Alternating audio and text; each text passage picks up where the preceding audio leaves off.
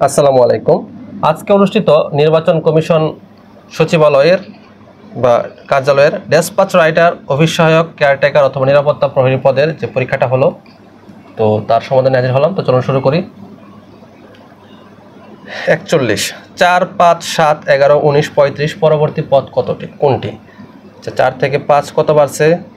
1, 2, 4, 8, 16। ঠিক আছে, তার মানে কতটা বাড়বে? পরেরটা 32 বাড়বে। তাহলে 32 আর 35 কত হয়? 6 আর 1 7, 67। তাহলে উত্তর হবে কত? 67। একটি আয়তক্ষেত্রের দৈর্ঘ্য 45 এবং প্রস্থ 25, এর ক্ষেত্রফল কত? তাহলে আয়তক্ষেত্রের ক্ষেত্রফল আমরা জানি কি? দৈর্ঘ্য গুণ প্রস্থ। তাহলে 45 আর 25 দ্বারা গুণ করলে কত হবে? প্রতি 4টাতে 4 25 100 হয়। তাহলে 11 বার 1100 আর একবার 25, 1125। ঠিক আছে, আপনারা গুণ করে নেবেন, 1125 আসবে। একটি বৃত্তের ব্যাসার্ধ 7 সেন্টিমিটার হলে তার পরিধি কত? তাহলে পরিধি নির্ণয়ের সূত্র হচ্ছে 2 পাই আর।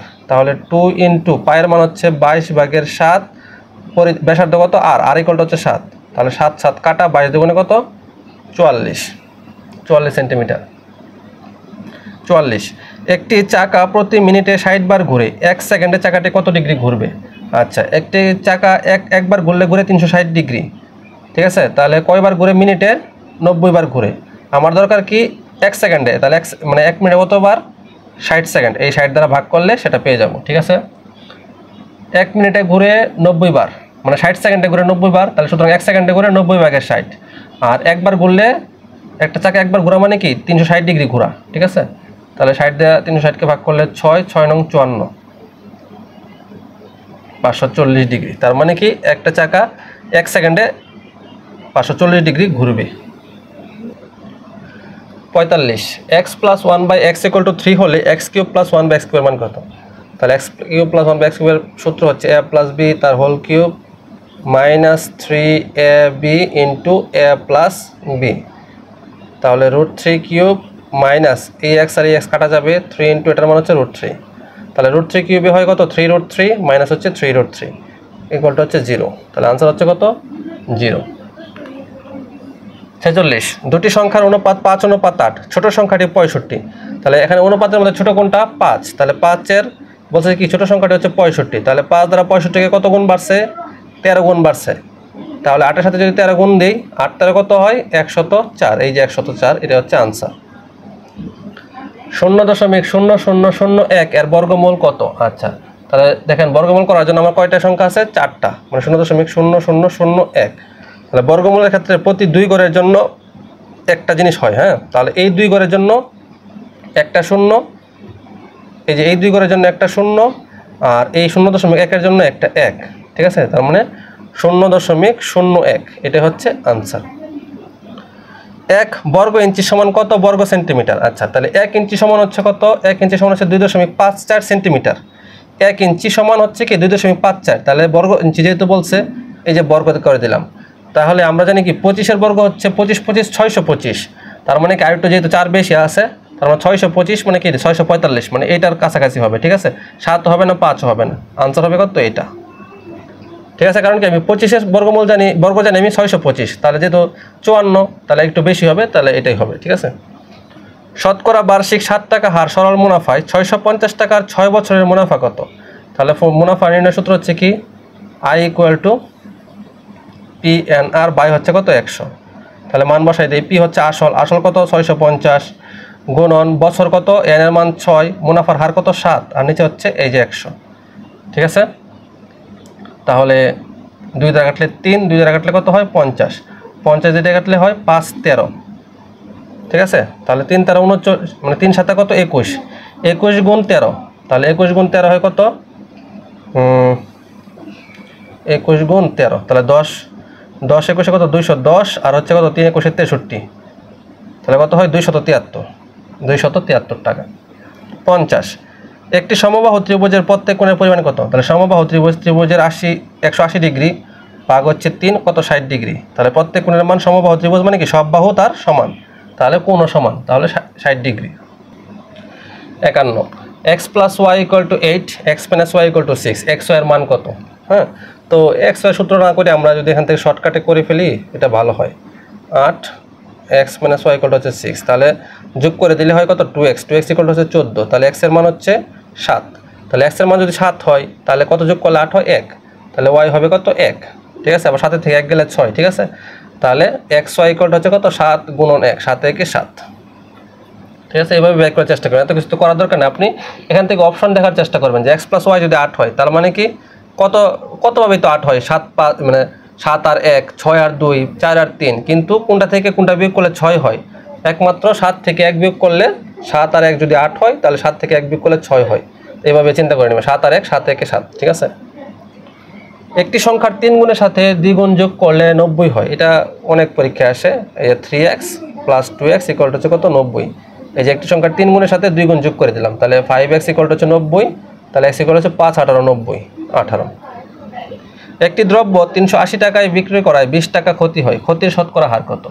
তাহলে 380 টাকায় বিক্রয় করায়, তার মানে 380 টাকা হচ্ছে বিক্রয় মূল্য, আর ক্ষতি হচ্ছে কত এত, তাহলে ক্রয় মূল্য কত? ক্রয় মূল্য হচ্ছে আমার কত, এটা কিন্তু 380 কিন্তু ক্রয় মূল্য না, এটা হচ্ছে বিক্রয় মূল্য। এত টাকায় বিক্রি করা এত টাকা ক্ষতি হয়, তাহলে ক্রয় মূল্য আমার আরও বেশি, তাহলে ক্রয় মূল্য হচ্ছে কত টাকা? আমার 400 টাকা। তাহলে 400 টাকায় ক্ষতি হচ্ছে 20 টাকা, তাহলে 1 টাকায় ক্ষতি হচ্ছে 400 ভাগের 20, সুতরাং 100 টাকায় ক্ষতি 100 থেকে 100 করে 4, 4 দিয়ে কাটলে 5, তার মানে উত্তর হচ্ছে আমার 5%, ঠিক আছে। যদি এটা এইভাবে যদি না বোঝেন, আমার শতকরা ক্লাসগুলো করবেন, আমার চ্যানেলে সেলফ প্রিপারেশনের আছে, বুঝতে পারবেন। 54, 3টি অঙ্কের বৃহত্তম ও ক্ষুদ্রতম সংখ্যার পার্থক্য কত? 3টি অঙ্কের মানে কি 3 অঙ্কের, তাহলে 3 অঙ্কের বৃহত্তম সংখ্যা হচ্ছে 3টি 9, আর 3 অঙ্কের ক্ষুদ্রতম সংখ্যা কি একটা 1 আর 2টা 0, তাহলে 99 8 899, ঠিক আছে। x plus 5y equal to 24, x equal to 3y, y এর মান কত?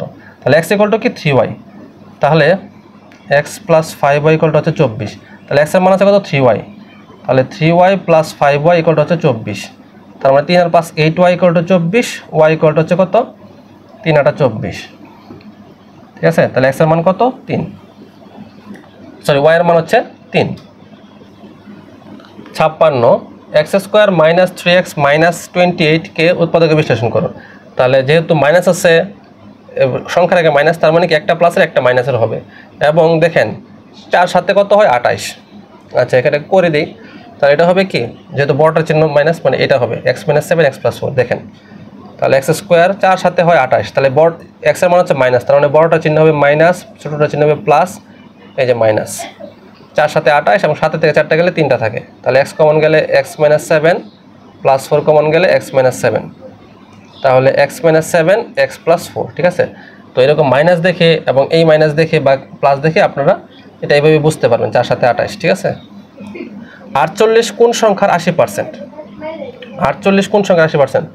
তার মানে এক ধরি x এর 80% ইকুয়াল হচ্ছে কত 48, তাহলে x 80% মানে কি 80x আর নিচে হচ্ছে 100 ইকুয়াল টু হচ্ছে 48, এই যে কাটা এই যে কাটা, তাহলে x ইকুয়াল টু কত 48 গুণন, ওই পাশে যেহেতু ভাগ আছে ওই পাশে গুণে যায়, 8 যাবে নিচে 10 যাবে উপরে, 6 8 48, 6 10 কত 60, তাহলে হচ্ছে 60, বা অপশান দেখলে বোঝা যায় যে 6 8 48, ঠিক আছে।